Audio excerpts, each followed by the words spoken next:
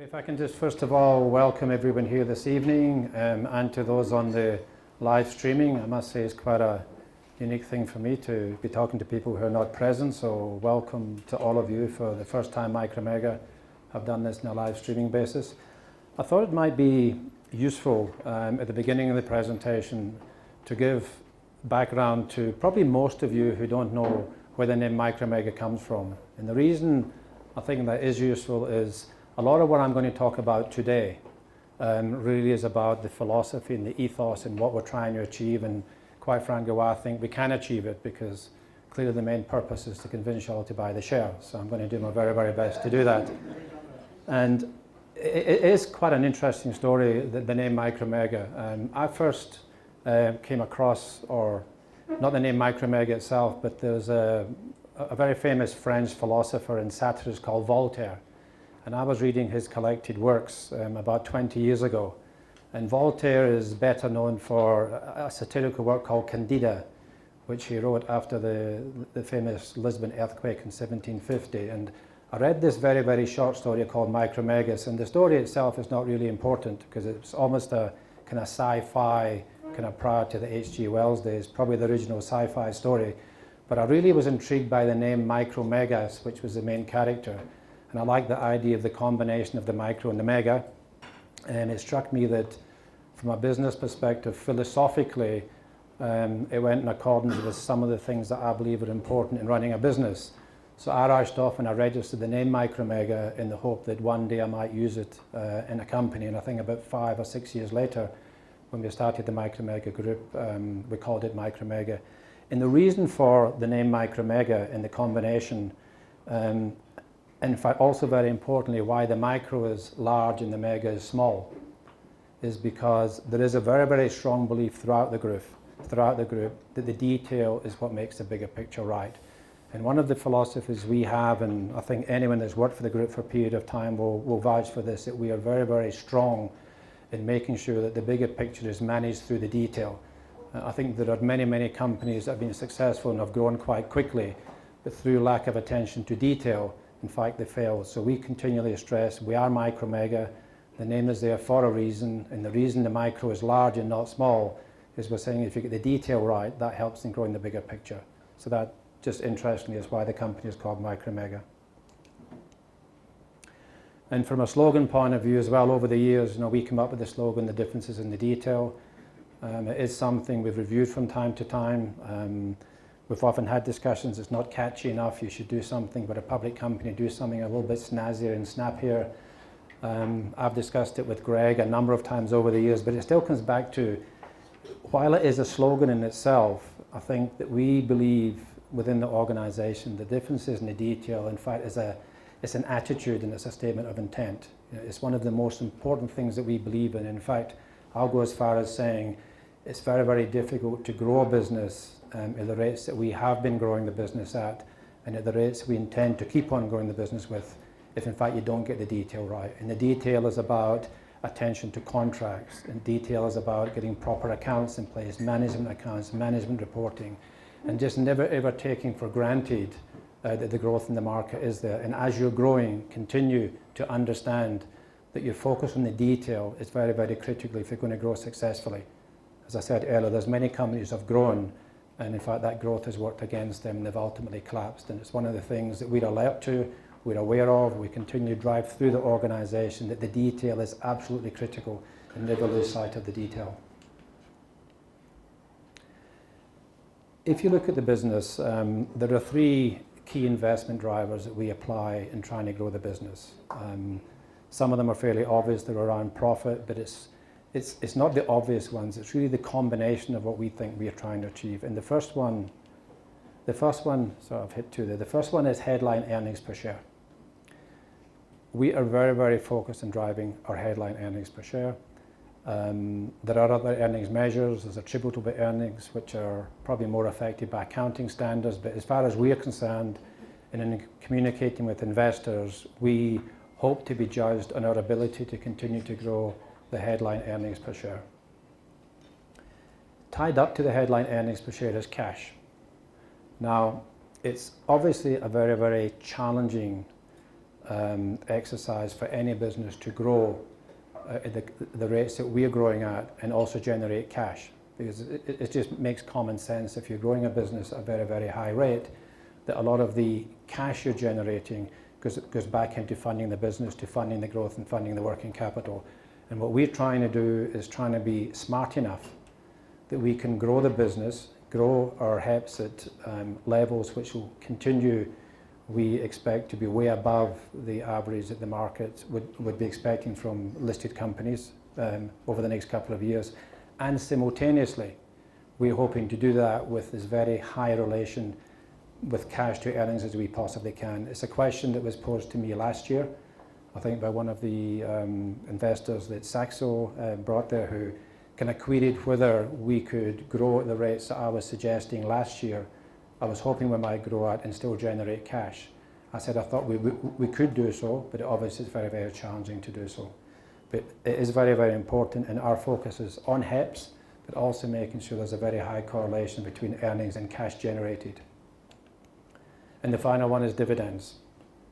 In fact, if you take growth in headline earnings and simultaneously growth in cash and paying out dividends, I would suggest there are very, very few companies available in the world, in fact, who are able to do all three. It's what I refer to as being the holy grail when we published our results. And it's clearly a very, very challenging thing to do, but it is what we're trying to do, and trying to make sure we get the right combination of all three. And we think if we can get that right and continue to get it right, not get it right once off, it's something we've got to do repeatedly. It's a huge challenge, and we'll come later on in the presentation as to how we have been achieving that and why I believe that we can continue to do so. If you look at the performance in 2015 against the three measures that I've just highlighted as being the ones that we value the most, the headline earnings per share was up by 106%. And just to give you a sense, that was on the back of being up more than 100% for the previous period as well. So we've now got 2 periods in a row where we've grown at over 100%. And again, when I was standing here last year, I was asked the question, 100% is maybe fine ones, but do you think you can do it again? And I think, my view was, yes, I do think we can do it again. There's no guarantee we can do it again. But if we stick to the same principles and we stick to what we've been doing, I do think we can, and we have done. So that was a phenomenal performance to everyone throughout the group.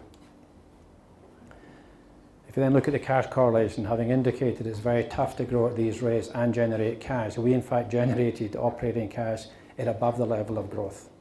That can only be done, quite obviously it can only be done, if one has very, very strong working capital management. And I think it is an area the last year where the finance department has really come into its own, and there was a huge contribution from them in terms of working capital management, and there was a huge contribution from the businesses themselves in making sure that the commercial contracts that we're entering into are closely aligned with cash generative capabilities. So in many cases where we were funding debtors books, we've now got that down to 7 days. In many instances with our software contracts, we're now getting payment at the beginning of the month. So we've been very, very aggressive to try and make sure we run the business in a model that allows us to have that very high cash generative capability to support the growth in earnings. And then finally, we were able this year to increase the dividend by 75%, which is an indication, I think, of our confidence that we believe, certainly as we're standing here today, looking into the new financial year, that we think we will be able to continue to distribute an increase in earnings back to shareholders by way of dividend at a rate of about 75% of our earnings. Clearly we will keep some of the cash for the growth of the business, but we remain confident as we stand here today that we'll be able to continue to give 75% growth in dividends. And I repeat, that is very, very challenging to grow earnings and grow cash and distribute dividends with the rates of growth that we've got. I think it's very, very demanding, but I think it's something that we've done very, very well. And I think from looking at the structures, looking at everything we've got going through the group in terms of the attitude, as I stand here today, I'm confident that we'll be able to continue to grow the earnings and give higher cash dividends back to our shareholders. If we then look at the growth drivers, it's one thing for me to stand up here and say, like, kind of trust us, we're growing well, we've had a couple of really good years, we think we understand something about growth and we think we can make it work. But let me also take you through why I think that we can make it work and what's important to us in looking at the growth drivers.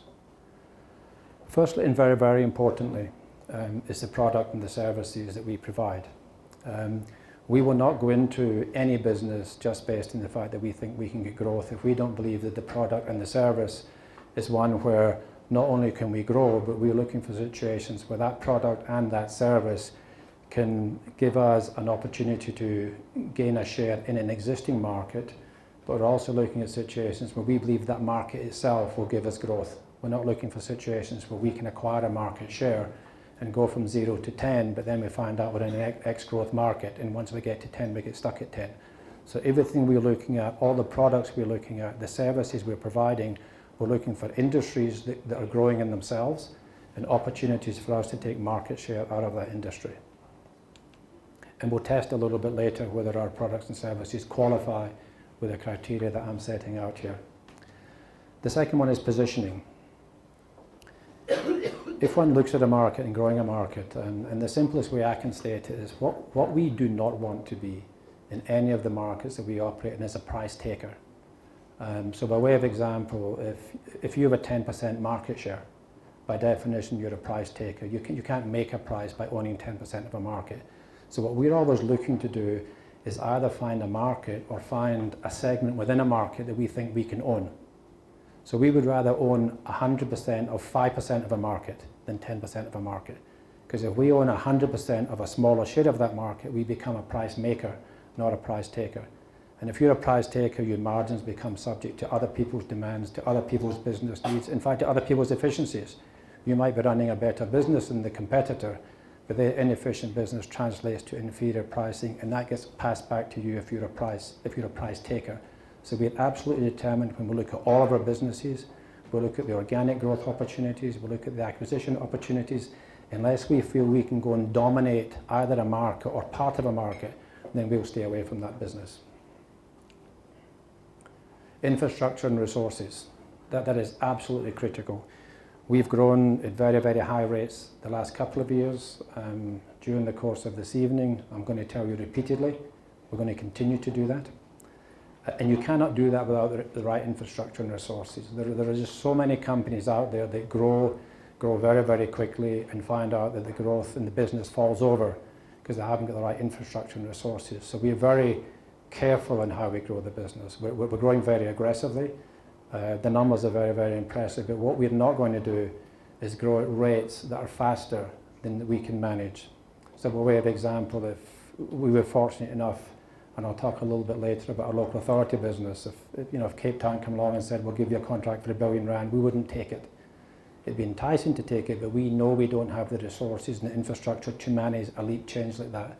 So everything that we are doing, as much as we're growing, it's a managed, controlled growth, and it's all well within the infrastructure and resources and the management skills that we've got to grow the business. So it is very measured, it's very, very calculated, and we don't take pride in growth itself. It has to be a level of growth that we believe we can build on for the following year. And then management. Again, very, very key, and it goes hand in hand with the resources issue. If we don't have the right people in place, then again it's going to affect our growth ability. So one of the things we're continually looking at is the ability of the existing management team to grow. We're growing very fast organically, we're growing very, very fast by acquisitions, and it is quite stressful for the management team to try and manage that growth and take it on board themselves. So it is something that we're very alert to continue to support the management team in meeting the high growth levels, but also looking for opportunities to bring other people into the group as well to try and support the management team so that we have got people in place as we continue to grow the business. And then finally, deal makers. I think we do have that in abundance. Part of our strategy is to grow by acquisition. If you are going to grow by acquisition, it's very, very important to get the right deal. If you buy a company for the wrong price, you could run the company better than anyone else in the world and still not give a return to your shareholders. Whereas if you get the company for the right price, you could probably run it quite averagely and still make good money. And we are absolutely determined that we'll buy the right businesses at the right price. We won't overpay.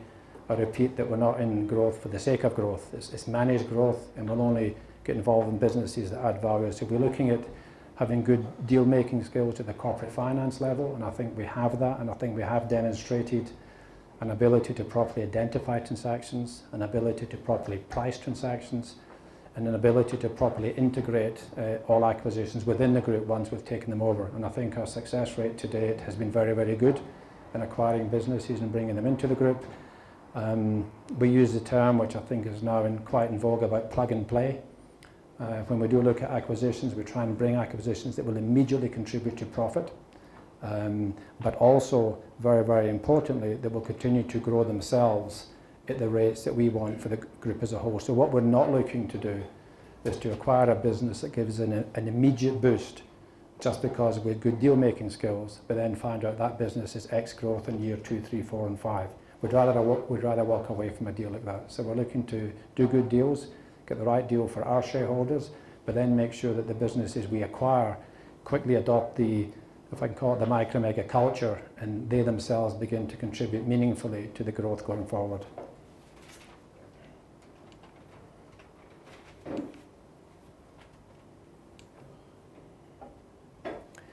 If we look at the market sectors that we're involved in, and the first one is financial services, and I'll talk a little bit more about what we're doing there and what the future is for the financial services businesses. The second one is labour supply, and likewise I'll deal with that. The third one is information technology, and then finally the occupational health and safety businesses. That's the businesses we are in at the moment from a broad-based perspective, and as things stand at the moment, I don't see us departing too much from that. If I now look at the revenue for 2015, the year we've just completed, looking at these sectors, you'll see the financial services, which I bring up first, was relatively small. At the moment, it's only 4% of the total revenue. The labour supply business is 264 million rand of the revenue, so that's very substantial at 25%, and I'll talk more about that shortly. The IT businesses had a phenomenal year, both at the revenue level and at the profitability level. Generated a turnover of 400 million, which is 39% of the total. And then finally, the kind of stalwart of MICROmega over all the years has been the NOSA, the health and safety business. Again, a phenomenal performance last year, 333 million turnover, and for the first time in the group's history we managed to achieve a R1 billion turnover last year. So again, that was great credit to the whole management team. If I now look at where the earnings came from, financial services, again, 6 million rand, which was 5% of the total headline earnings. The labour supply business, and I will deal with it because it must be obvious to anyone looking at the figure, they did $250 million turnover and generated 2 million profit. I'll talk a little bit about why that is the case and how it kind of fits in with the previous discussions I was giving you. The IT businesses, 59 million, so a phenomenal performance from IT for the year, which looks like continuing into the current year. And then the occupational health and safety, again, record profits at 66 million, so still kind of hanging in there is the stalwart of the group, but under serious threat from the IT businesses. And then the one that comes up next is the one that always bothers me when I have to show it.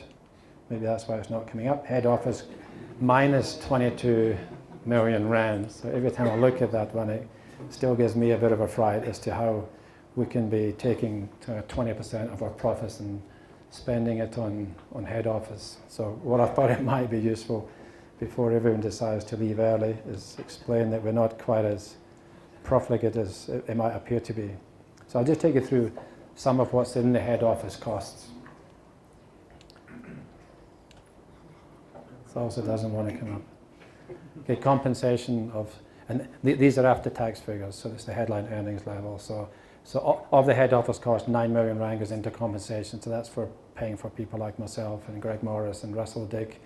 It includes all of the head office accounting staff, it includes the travel department, it includes the facilities management, so it's It's quite a lot of money. What is nice about the compensation, I think, is that Greg, Russell, myself and the accounting staff still have a lot of capacity. So if the group continues to grow at the rates we've been growing at, we're not going to double our salaries. So hopefully that becomes a relatively fixed cost in terms of the bigger picture. Rent costs us $3 million a year. Share options. Now the share options is a non-cash item, but it does come into the head office costs, and what happens there is in terms of the accounting standard, if you issue share options to staff, there's a Black-Scholes option model price calculation that the auditors put together, and they work out the economic cost, I'll call it, of issuing these share options, and then you have to take a charge against your P&L for the share options. So we're taking a $3 million charge for the share options that we award to all the staff. And then the sponsorship of $3 million for the year, which is the head office cost. That is mainly the what we call the MICROmega sharks. If they lose, we call them the LC sharks. When they win, we call them the MICROmega sharks, and that's by far the highest level of the sponsorship amount. And we're in there for one more year, so that figure will appear again this year and next year. Utilities, so it's your normal utilities you'd expect in the organisation, and then the travel costs, which would be all the executive travel. And then the statutory costs are essentially the costs of, they're largely the costs of maintaining a JSE listing. It's all the costs of being a public company that you have to comply with. So that makes up the 22 million. So it's still a big number. It's a number that I think bothers us every time we see it, but I do think ultimately head office does pay for itself. And I repeat, the nice thing about that is I think we do have a level of infrastructure, we've got a level of accounting support and staff where I think that we can take on a lot of additional business and grow the business substantially without that increasing proportionately. So I think it is a cost that we've got under control, and it is something I think that is very, very important in supporting the growth in the business going forward. But it still does bother me every time I see the report, because it's the only one that's got brackets in it.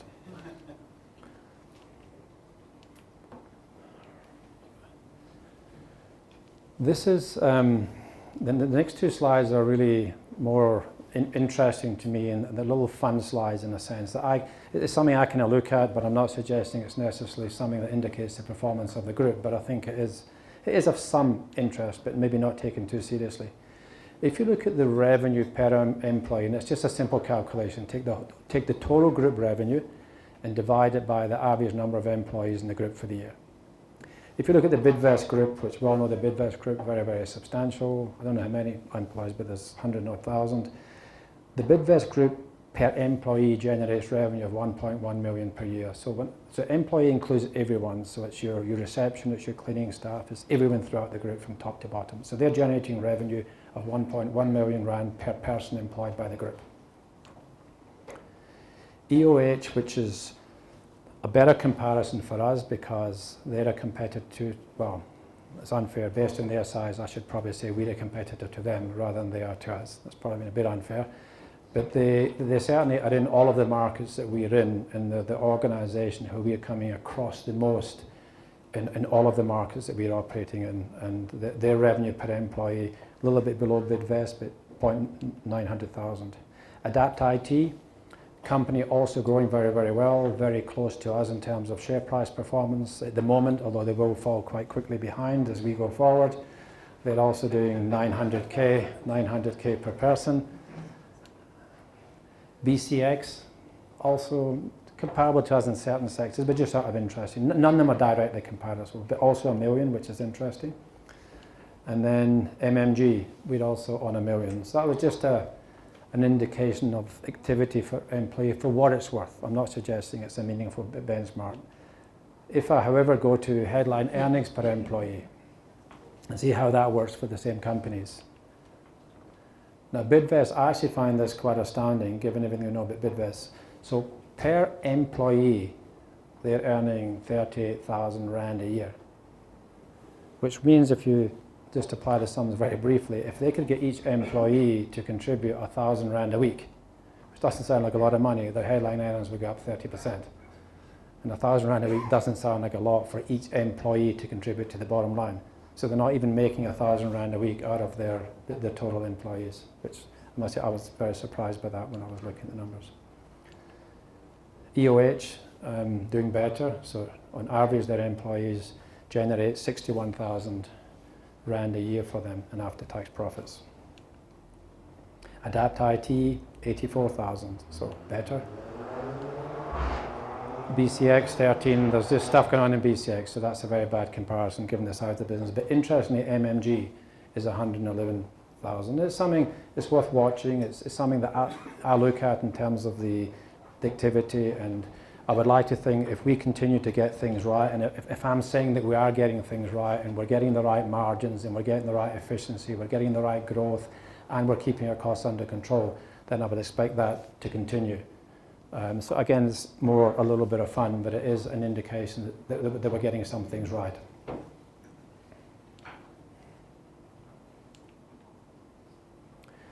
LFC. Now, that is not the beginning of a slide showing you we're going to buy Liverpool Football Club.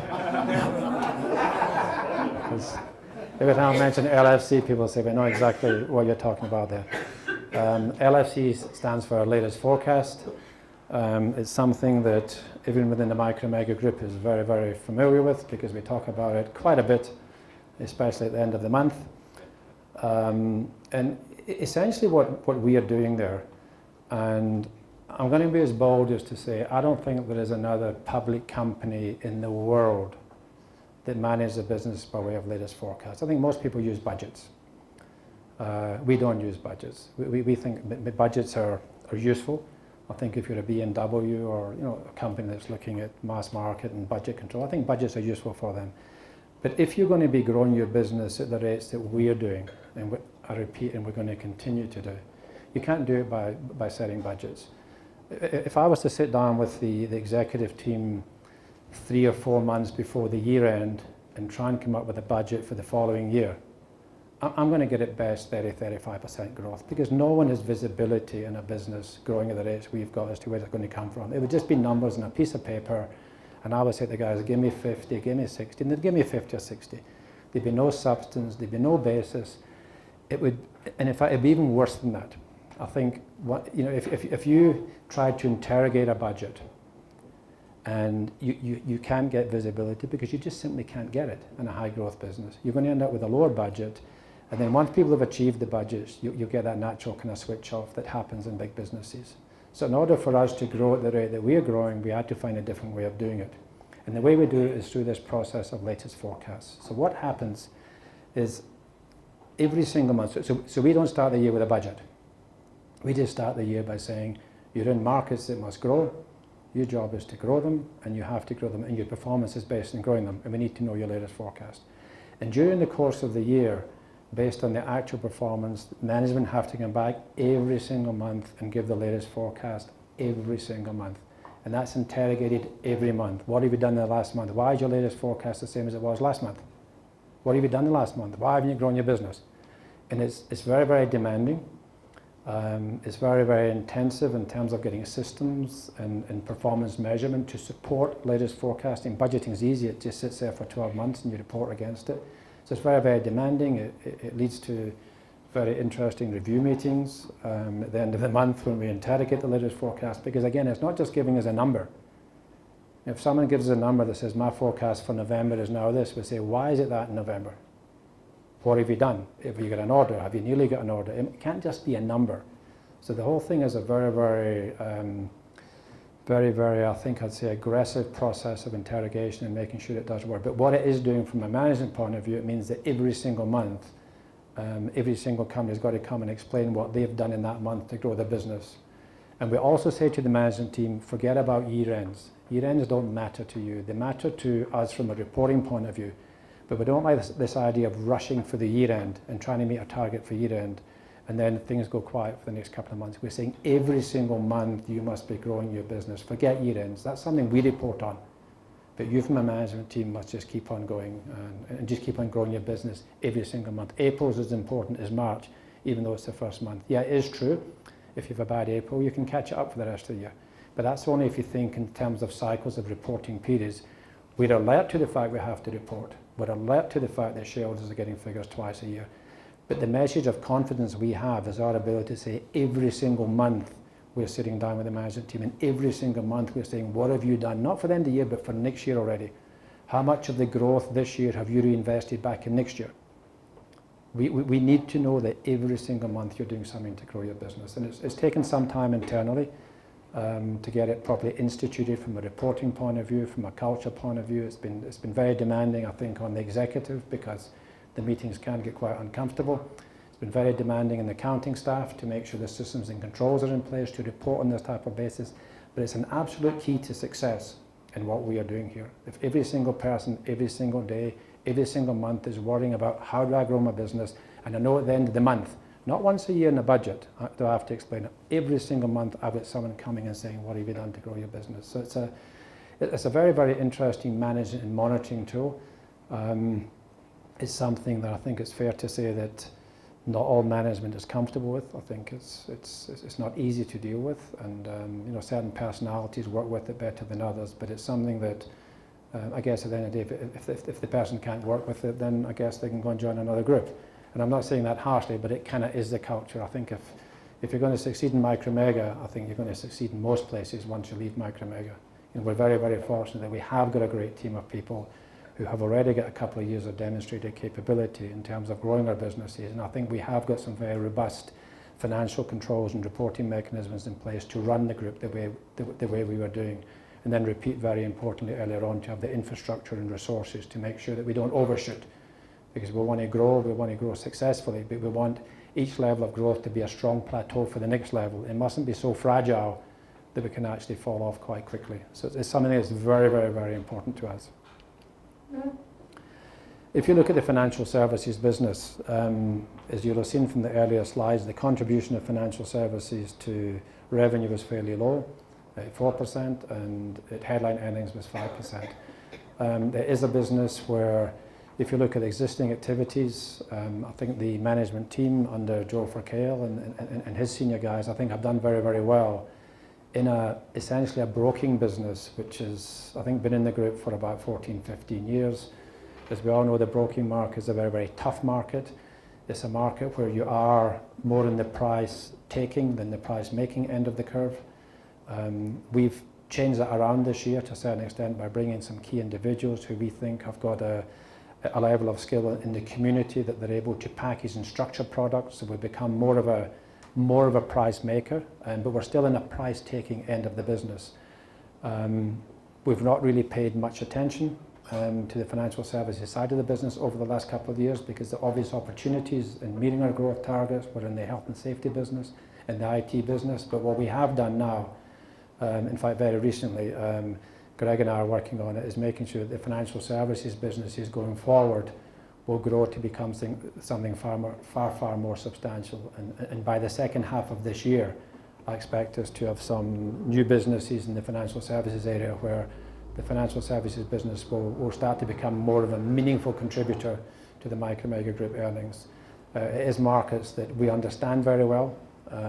Certainly, if you look at the MICROmega executive, I think our reputation is probably more in financial markets. I think it is something we understand well. There are some very, very specific opportunities in the marketplace right now that we think we can exploit. So certainly looking forward, I would expect to see financial services as being a much more significant contributor to the group earnings going forward.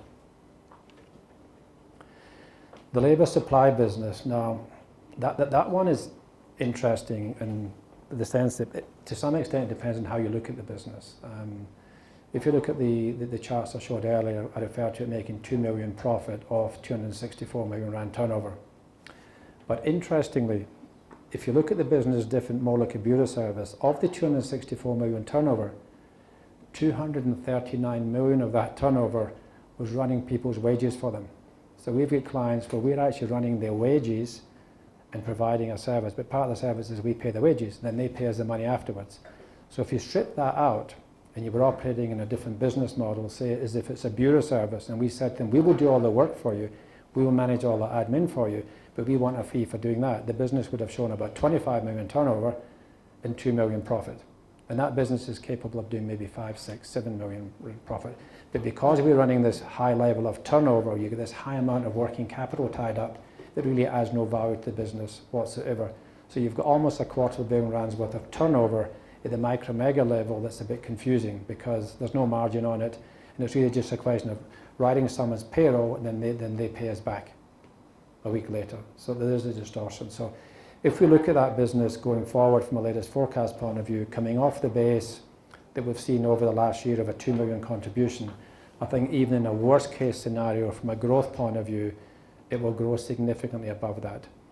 But the other challenge we've got is to change the business model, because what it is doing at the moment is it's tying up too much of our capital. The return on capital is not good. So unless we can change the business model, it's an area that certainly we wouldn't be looking to grow significantly, because what we don't want to be doing is running other people's payrolls. It's capital. If we could get back into the group by cutting back on some of these activities, we can certainly use that capital far more efficiently and far more profitably in other areas. So the challenge, Craig Gordon-Bennett is in there. He's been looking at restructuring the business. So what we're going to do is look at restructuring that business to try and have a different business model so we can still make good money out of it, but more providing a service but not running the payrolls, and looking at other ways to try and free up some capital. So from a forecast point of view, I think what I can say beyond doubt is that while the performance historically has been at best ordinary, there is certainly no downside going forward. I would expect that business to increase profitability in fairly high multiples from the current level.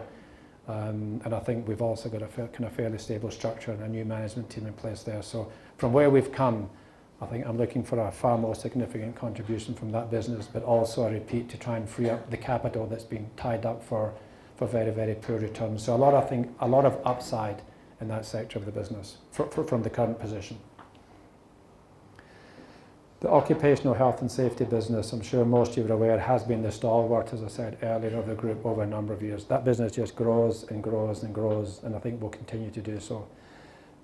It's a business that grows unevenly very often. It's not a business where you can say it's going to grow 50, 50, 50. Some years it might be 30, it could be 70, it could be 60. And part of that is just the nature of the business. There's reasonably long lead times in the products. There's a cycle of research and development where they're developing new products, new training courses, and sometimes it can take time for them to evolve. It's a business that's most prone to, if I can call it, sector difficulties. We've seen very, very difficult times in the mining sector. We've seen very, very difficult times in the resources sector. We're seeing very, very difficult times in the steel industry, for example. And when you get difficult times like that, a lot of the training doesn't happen. A lot of things get postponed. We're in China at the moment, and we're finding with some of the Chinese difficulties that some of the growth we were hoping for there in some of the areas has been delayed because the state-owned enterprises, because of the economic situation, are deferring expenditure. So you do find there are more bumps in that, but that business has been a steady growth projection, but not straight line growth, but always growing. And we would expect NOSA to continue this year and in future years to contribute high levels of growth. But again, a level of unevenness to the growth, but always growth. That business will never go backward. It's always going to grow. It's just in terms of the rate of growth. I had a meeting this morning with the executive team, which is one of our normal monthly review meetings, to look at the latest forecasts, where they see this year going, and the new initiatives. And what I can say is some of the initiatives they've got and some of the new ideas they've got continues to make me very, very excited about the future of NOSA within the group and its ability to continue to contribute very, very strong growth and also a very, very good cash generator for the group. So that's going to continue to perform, I think, very, very well for us. Then information technology. The information technology is largely the Sabata business. 3 million of the profit from information technology came out of Torito Networks. For those of you who may have attended last year, Torito Networks is a business we invested in partnership with a couple of very, very smart ex-data guys. And that business has grown over a couple of years where we invested in the business. And last year really was the first year where it came into profit. And we generated 3 million from that business. And we expect that to increase very significantly this year. And in fact, on a percentage basis, I would expect the Torito Networks business to be by far the highest percentage growth contribution this year. It levels certainly well above 100% for this year. So we're very excited with that business. It's got a breakthrough. It's doing really, really well for us. And we think this, in fact, is the big year for that business. And there's also, interestingly, a couple of acquisition opportunities we think in the markets in which they operate in that we think can also kick it on even further. So that, from a shareholding point of view, from a growth point of view, is looking to be very exciting. The major part of the business was Sabata. Sabata is a business that's providing the software, the enterprise software and financial management software solutions to local authorities. It also provides our smart water technology also into the same market. It was an enormously good performer last year. We're expecting that to continue. The business, I would say, is certainly number one in South Africa in terms of the smaller local authorities. We've always found it a challenge with that business to try and move up into the metropolitan area where that's much more of a large-scale market, and certainly in the software side, that's a market that SAP has dominated, where Cape Town spend billions in an SAP system and another 5 billion trying to get consultants to implement it, and then 10 years later start again. So it's great for the consultants, but not necessarily good for Cape Town. Joburg is a similar situation, and as much as we thought our technology is quite smart, quite good, would work there. We're well supported, certainly from a narrative point of view, by State Treasury. I think State Treasury have said publicly, if you look at the software systems available in South Africa, that we would be rated number one in terms of compliance with what the government want to see coming out of the local authorities. But very, very interesting and very, very importantly, we announced a couple of weeks ago that we did get our first metro. We secured the Nelson Mandela Bay Metropolitan, which is our first breakthrough into that market. So it's a far, far, far more substantial contract, and now moving in more into the type of market where the SAP and the big integrators are playing. This market is very important. It applies to all of our businesses, really. It certainly applies to the NOSA business, but when I made the point about being a price maker, not a price taker, this is a business where our core philosophy and part of being a price maker, not a price taker, is you have to own the IP. So even when you look at the levels of growth that we are talking about, these levels of growth are there and the cash is there despite the heavy amount of money we're investing back into our own product, because we have to own the IP. All of our technology, we own the technology. That's what our edge is. So when we go into a metropolitan like Nelson Mandela Bay, or we go into a local authority and we sell them a software solution, we are the one that installs it, we are the one that owns it, and we are the one that supplies the consultancy around it. That is our edge. If you're looking at other products, say like SAP, a product like SAP is a fantastic product. But if you look at SAP's business model, SAP own the software, but they don't own the market. So if any organization in South Africa decides to buy an SAP solution, you buy the software, but the consultant, the integrator is not SAP. You then go out to tender and you get Data and BCX and Accenture. And if you look at the global SAP market, there's over 200,000 consultants globally. Accenture's the biggest, all consulting on SAP. And SAP themselves only have 30,000 of these consultants. So in fact, the consultants have ended up owning the clients, not SAP. So again, our business model makes us more a price maker. Whereas if someone buys SAP and it goes out to tender, then it means BCX and Data and EOH and Gajima and Accenture and Ernst & Young, they're all competing for the SAP business. So our business model of owning the opportunity from beginning to end, we like to own all aspects of the client. It pays off very handsomely for us in terms of client retention, client stickiness, and it also pays off for us in terms of margin as well. So that business, I think, it had a phenomenal year last year. Looking at the latest forecast for this year, it's going to have a phenomenal year again this year. And if I look across all of the businesses, in fact, I'm confident enough to say, as we're sitting here today, that we probably already have enough realistic, not quite visibility, but a sense of where we're going, that I don't see it stopping the end of this year. I mean, I'm happy to say already that I think we will have another very good growth year the following year as well. I think we really are very, very well positioned in our markets, and very well positioned, I think, with the quality of the people and the infrastructure within the group to continue at the very high growth rates.